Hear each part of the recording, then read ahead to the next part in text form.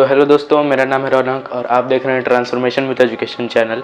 तो आज हम लोग देखेंगे इजराइल फ़लस्तीन कॉन्फ्लिक्ट के बारे में कि इजराइल फ़लस्तीन का जो कॉन्फ्लिक्ट है वो क्यों हो रहा है, उसका हिस्ट्री, और फिर उसके बाद अभी लेटेस्ट न्यूज़ उसके बारे पर क्या आ रहा है। तो देखिए, for the past 70+ years Israelis and Palestinians have been fighting over one thing, land. ये किस चीज़ के लिए जो लड़ाई झगड़ा इतना कर रहे हैं 70 साल पहले से, वो किस चीज़ के लिए? बस लैंड के लिए, ज़मीन के लिए। Both Israelis and Palestinians claim this land as theirs for religious and historical reasons। जो इसराइल के लोग और फ़लस्तीन के जो लोग हैं वो इस ज़मीन को अपना मानते हैं, कुछ रिलीजियस और हिस्टोरिकल रीजंस के वजह से। फिर यहाँ पे सवाल उठता है कि why can't they share it, वो उसको शेयर क्यों नहीं कर लेते हैं, कुछ भाग उनको कुछ भाग उनको। इट्स अ कॉम्प्लिकेटेड हिस्ट्री, इसका हिस्ट्री बहुत कॉम्प्लिकेटेड है, इसलिए तो उसी के बारे में अभी हम लोग यहाँ से हिस्ट्री स्टार्ट होता है, क्यों इतना वॉर हुआ है। तो इन 1897 में a group of Jewish people launched a movement called political Zionism. Jewish people का एक ग्रुप एक मूवमेंट लॉन्च करता है जिसका नाम होता है political Zionism, to create their own state in what we now know as Israel. अपना खुद का एक देश बनाने के लिए, जिसको हम आज इज़राइल के नाम से जानते हैं। At the time the area was controlled by the Ottoman empire.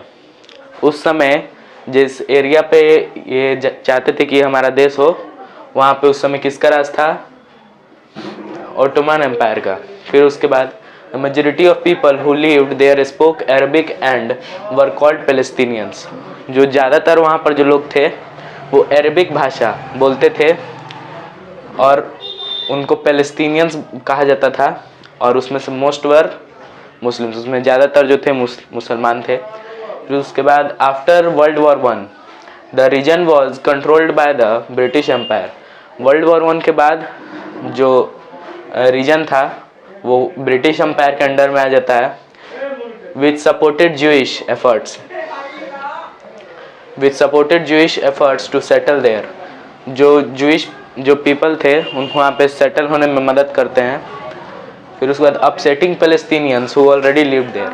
और जो वहाँ पे पहले से जो पैलेस्टीनियन रहते थे वो इस बात से खुश नहीं होते हैं, वो नाराज़ हो जाते हैं ब्रिटिशर से। फिर उसके बाद वर्ल्ड वॉर 2 के बाद the United Nations created a plan to partition the land into Jewish and Arab states. World War 2 के बाद क्या होता है कि जो यूनाइटेड नेशंस जो है वो क्या करता है, एक पार्टीशन आइडिया देता है कि इतना लैंड इसको दे दिया जाएगा तो वॉर नहीं होगा ज्यूइश और अरब स्टेट में। But the two sides could not agree. पर जो दो साइड्स थे, मतलब जो पैलेस्टीनियन थे और जो इजराइल के लोग थे, वो ऐसा नहीं एग्री करते हैं, क्योंकि वो चाहते हैं कि पूरा उन्हीं लोग का हो, क्योंकि कुछ हिस्टोरिकल एंड रिलीजियस बातों की वजह से यहाँ पे हमने ऊपर पढ़ा था। फिर उसके बाद Palestinians did not want to give up the territory they lived in. Palestinian नहीं चाहते थे कि जो जगह वहाँ पे जो एरिया में वो रहते थे पहले, वो अपना एरिया नहीं देना चाहते थे किसी को भी। The Jewish wanted a state in their ancestral homeland. जो ज्यूइश लोग थे वो एक एंसेस्ट्रल होमलैंड के तलाश कर रहे थे, उनको मतलब ऐसा ही एक एंसेस्ट्रल होमलैंड चाहिए था रहने के लिए।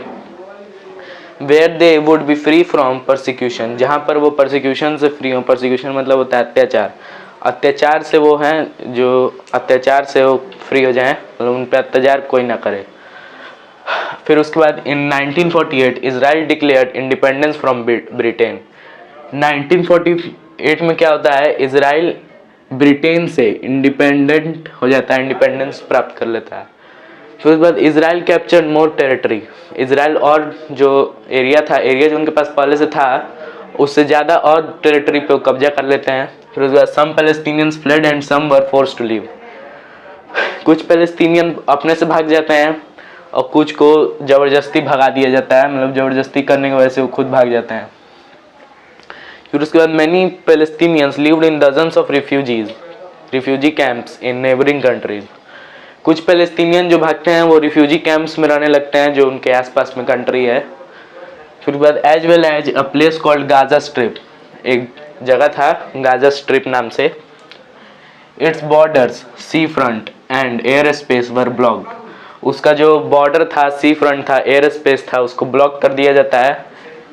इजराइल और इजिप्ट उसको ब्लॉक कर देते हैं। फिर उसके बाद and in the Israel occupied territories West Bank and east Jerusalem. अब इजराइल किस कौन कौन टेरिटरी को ये कर लेता है ऑक्युपाई? एक कर लेता है वेस्ट बैंक को और एक कर लेता है ईस्ट जेरूसलम को। अब Jerusalem is an important religious city. Jerusalem क्या है?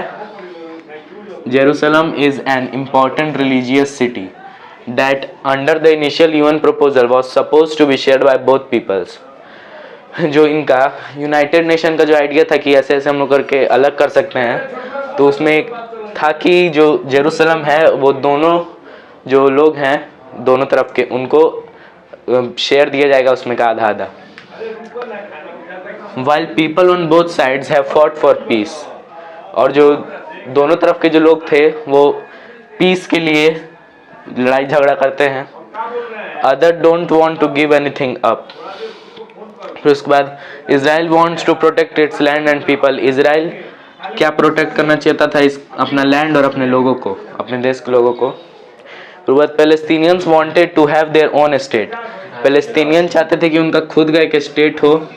Allowing refugees to move home. Refugees को अपने घर वापस लाने का कुछ तरीका सोच रहे थे, चाहते थे कि उनके जो रिफ्यूजी चले गए हैं दूसरे देश में रह रहे हैं उनको वापस लाने का कोशिश कर रहे थे। फिर उसके बाद both sides have used violence to protect themselves. दोनों जो साइड हैं उन्होंने वायलेंस का इस्तेमाल किया है अपने आप को बचाने के लिए, प्रोटेक्ट करने के लिए। And fight for what they believe in is rightfully theirs. और झगड़ा मतलब लड़ाई झगड़ा करते हैं किस चीज़ के लिए? जिसको वो सोचते हैं कि वो हमारा है। तो अब ये हिस्ट्री हो गया। अब हम लोग देखते हैं कि अब क्या अभी लेटेस्ट न्यूज़ में आ रहा है। तो दोस्तों अब हम पढ़ेंगे लेटेस्ट न्यूज़ के बारे में कि क्या हुआ है, व्हाट हैज़ हैपेंड। तो Palestine militants in the Gaza strip carried out an unprecedented infiltration into southern Israel.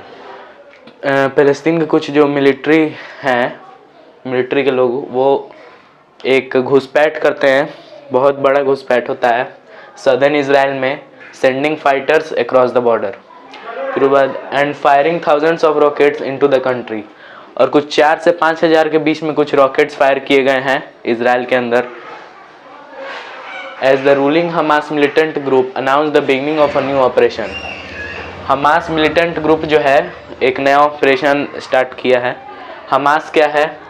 यहाँ पे है Hamas is a Islamic political and military organisation.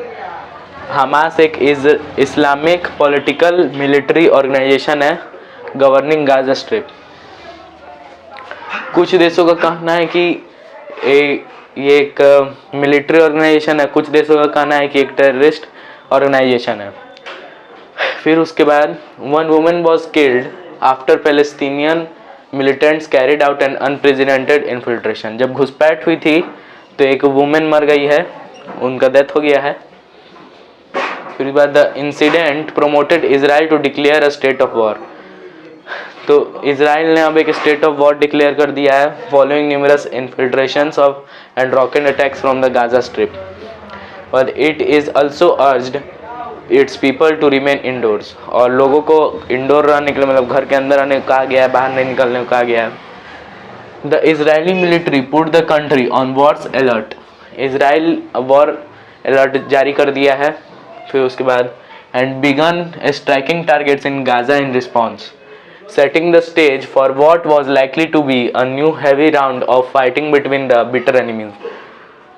अब हो सकता है कि एक बड़ा वॉर हो सकता है।